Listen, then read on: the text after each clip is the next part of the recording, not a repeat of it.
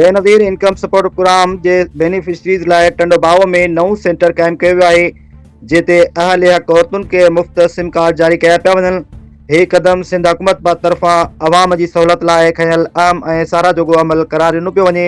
Senator ते मौजूद beneficiaries media सां ॻाल्हाईंदे चयो आहे, माज़ी में डिवाइस होल्डर माफ़िया सबबु खेनि शदीद परेशानी खे मुंहुं ॾियणो पवंदो हो, पर हाणे हुकूमत जे इन फ़ैसिले खां पोइ हर बेनिफिशरीज़ खे अलॻि सिम कार्ड जारी कयो पियो वञे, जंहिं ज़रिए उन्हनि खे हर टिमाही क़िस्त सीधी तरह सिम जी OTP सिस्टम सां मिली सघंदी।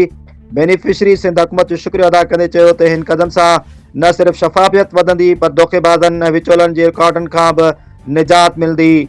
अवाम खे हिदायत कई पई वञे त क़ौमी सुञाणप कार्ड ऐं मोबाइल फ़ोन पाण सां गॾु खणी सेंटर ते अचनि, पंहिंजो मुफ़्त सिम कार्ड हासिलु कनि।